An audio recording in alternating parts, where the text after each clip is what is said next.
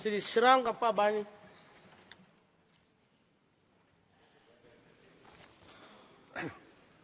माननीय अध्यक्ष महोदय, जम्मू और कश्मीर पुनर्गठन संशोधन विधेयक 2023 और जम्मू और कश्मीर आरक्षण विधेयक 2023 पर निरस्त करने के 4 साल बाद केंद्र सरकार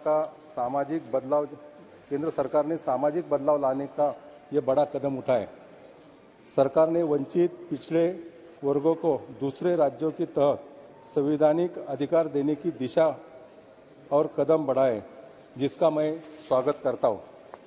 माननीय अध्यक्ष जी, 5-6 अगस्त 2019 में भारतीय संसद में जम्मू कश्मीर को विशेष दर्जा देने वाले अनुच्छेद 370-35 को रद्द किया है, जो कि केंद्र सरकार का एक बहुत ही बड़ा सराहनीय कदम था, जिसके परिणाम स्वरूप जम्मू और कश्मीर को केंद्र शासित प्रदेशों में जम्मू और कश्मीर और लद्दाख हूँ, क्योंकि कभी ऐसा लगता नहीं था कि जम्मू और कश्मीर में 370 कलम ये निरस्त किया जाएगा, बल्कि जम्मू और कश्मीर में जो पीड़ित है उनकी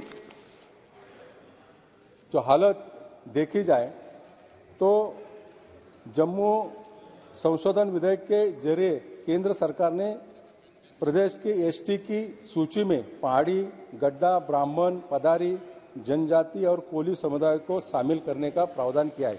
ये बहुत ही बढ़िया सराहनीय कदम है। माननीय अध्यक्ष महोदय,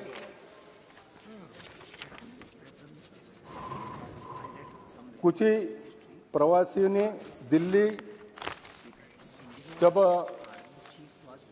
जम्मू कश्मीर में आतंकवादी हमले हुए थे, तब दिल्ली, बेंगलोर और पुणे जाने का विकल्प जम्मू कश्मीर ने पीड़ितों में लिया।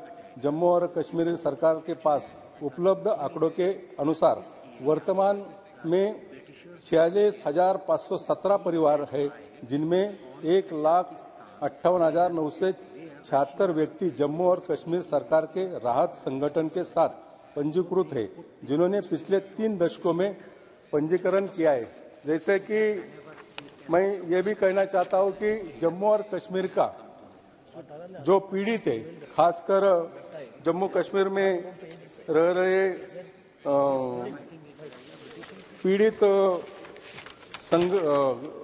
जनजाति है, उसमें ज्यादा कर कश्मीरी हिंदुओं की हत्या हुई और कश्मीरी हिंदू को अन्य राज्यों में पलायन करना पड़ा। ऐसे कई सारे परिवार है कि जिस परिवार के कुछ लोग भी बचे नहीं। माननीय प्रधानमंत्री जी और गृह मंत्री जी का मैं आभार प्रकट करना चाहता हूं कि कई पार्टियों को ऐसा नहीं लग रहा था कि 370 कदम हटाया जाएगा और जम्मू और कश्मीर के परिवारों और लोगों को राहत मिलेगी। आज केवल ये राहत नहीं, तो वहां पर आगे चलकर राजनीतिक रिजर्वेशन भी वहां के लोगों को मिलेगा। पूरी तरह से आज अगर जम्मू और कश्मीर में देखा जाए तो लोग माननीय मोदी जी को बधाई देते हैं, क्योंकि गोली के बंदूक के नोक पर लोग जी रहे थे आज तक। आज पूरी तरह से शांति से लोग जी रहे। जिन्होंने पत्थर हाथ में लिया था, वो आज उनके हाथ को काम देने का प्रयास माननीय प्रधानमंत्री के नेतृत्व में जम्मू और कश्मीर के लोगों में हो रहा है। तो मैं इसलिए माननीय प्रधानमंत्री जी, माननीय गृह मंत्री को धन्यवाद देना चाहता हूं। ये भी बात मैं यहाँ रख रहा हूं, जब 1990 में ये सब हुआ, तब महाराष्ट्र गवर्नमेंट में 1995 में भारतीय जनता पक्ष शिवसेना की सरकार आई, तब बाला साहब के नेतृत्व में पीड़ित पंडितों को खासकर महाराष्ट्र में एजुकेशन रिजर्वेशन देने का प्रयास किया। आज भी महाराष्ट्र में जितने पीड़ित पंडित रहते हैं, उसके घर में बाला साहब ठाकरे का फोटो है, क्योंकि उसमें उनको सभी परिवार को एजुकेशन रिजर्वेशन 1% महाराष्ट्र गवर्नमेंट ने दिया है। मैं ये भी कहना चाहता हूं कि कई ऐसे राज्य हैं, उन राज्यों में जाति के आधार पर आंदोलन होते हैं, जाति के आधार पर कोई बंटवारा चाहता है। मैं खासकर इससे लगकर महाराष्ट्र की एक बात कहना चाहता हूँ।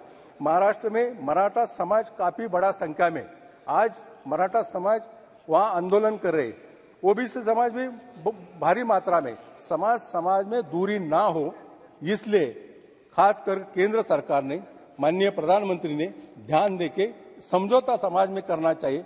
बैठ के दोनों समाज में किसका रिजर्वेशन कम नहीं करके पूरी तरह से मराठा समाज के जितने पीड़ित है, शैक्षणिक दृष्टिकोण से जिनको आरक्षण देने की आवश्यकता है, उसमें राज्य सरकार से मिलकर आप समझौता कर मराठा समाज और ओबीसी समाज को न्याय देने की कोशिश करनी चाहिए।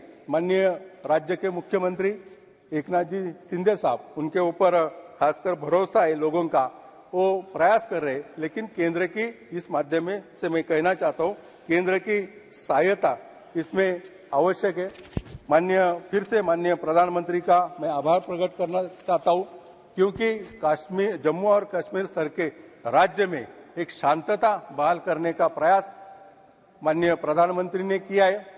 विपक्ष के कई लोग कुछ भी कहने दो, लेकिन मैं 1 साल पहले जम्मू कश्मीर में गया था, तब मैं देखा है लोगों के दिल का डर हट गया है। लोगों के दिल में पूरी तरह से माननीय प्रधानमंत्री की द्वारा एक सहायता करने जैसा एक माहौल है। और आगे चलकर देश में या विदेश में जितने दादा पर्यटक आते, इतने सालों में नहीं आए, 3 दशकों से, आज विदेश से ही पर्यटक जम्मू कश्मीर में आएगी और पर्यटक आके ये पूरे देश के आर्थिक रूप से सहायता भी इस द्वारा होगी। मैं फिर से माननीय प्रधानमंत्री का धन्यवाद देना चाहता हूं और ये दोनों विधेयक पर मेरी पार्टी शिवसेना की तरफ से मैं उसको सहमति देना चाहता हूं। धन्यवाद। AM Arif